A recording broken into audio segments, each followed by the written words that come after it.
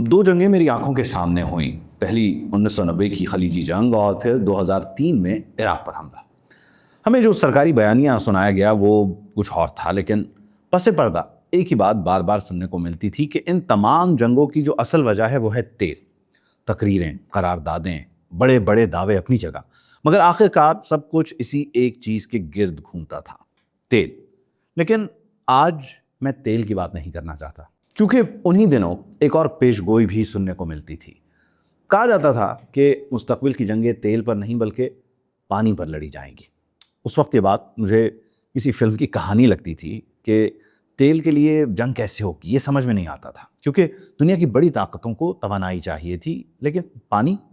کیا واقعی کوئی ملک پانی کے لیے جنگ کرے گا؟ یہ تصور میرے لیے ناقابل یقین تھا۔ مگر آج 2026 میں یہ بات پورے یقین سے کہہ سکتا ہوں کہ دنیا کی اگلی بڑی جنگ پانی پر بھی ہو سکتی ہے، اور افسوس کی بات یہ ہے کہ اس جنگ کا مرکز میرا اپنا ملک پاکستان اور ہمارا ہمسایہ بن سکتے ہیں، اور اگر ایسا ہوا تو اس کے اثرات صرف اور صرف جنوبی ایشیا تک محدود نہیں رہیں گے، پوری دنیا اس کی لپیٹ میں آ سکتی ہے۔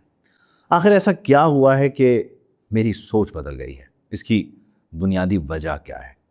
وجہ ہے 1960 کا سندھ طاس معاہدہ، جس نے دہائیوں تک دونوں ممالک کے درمیان پانی کی تقسیم کو منظم رکھا، لیکن اب یک طرفہ طور پر اس معاہدے کو معطل حالت میں ڈال دیا ہے۔ اس کے ساتھ ساتھ ایسے منصوبوں پر بھی کام جاری ہے کہ جن کا مقصد دریاؤں کے بہاؤ کو اپنے نظام کی طرف موڑنا اور پاکستان تک پہنچنے والے پانی کو محدود کرنا بتایا جا رہا ہے۔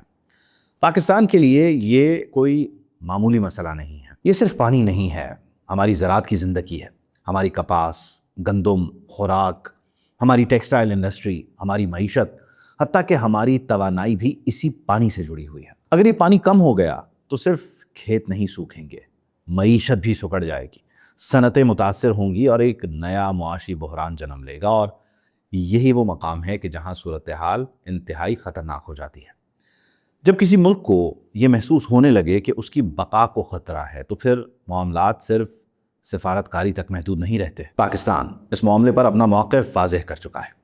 اسلام آباد کا کہنا ہے کہ اگر پاکستان کے حصے کا پانی روکنے یا اس کا رخ موڑنے کی کوشش کی گئی تو اسے جنگی اقدام تصور کیا جائے گا، اور اس کا جواب قومی طاقت کے ہر ممکن ذریعے سے دیا جائے گا۔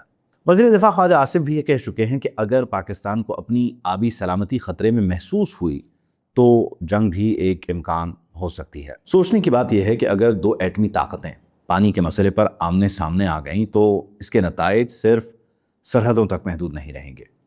ہم تقریباً 2 ارب انسانوں کے خطے کی بات کر رہے ہیں۔ خوراک، تجارت، معیشت، عالمی منڈیاں، توانائی کی ترسیل، سبھی کچھ متاثر ہو سکتا ہے۔ اسی لیے آج وہ پرانی پیش گوئی بار بار میرے ذہن میں گونجتی ہے۔ کہا جاتا تھا کہ اگلی جنگ پانی پر ہوگی۔ میں نے اس وقت اس بات پر یقین نہیں کیا تھا، لیکن آج مجھے لگتا ہے کہ اگر دنیا نے بر وقت قدم نہ اٹھایا تو شاید وہ جنگ یہیں سے شروع ہو۔ اب یہ صرف 2 ایٹمی ممالک کا مسئلہ نہیں رہا۔ دنیا، خصوصاً عالمی بینک اور بڑی طاقتوں کو اب فوری طور پر کردار ادا کرنا ہوگا۔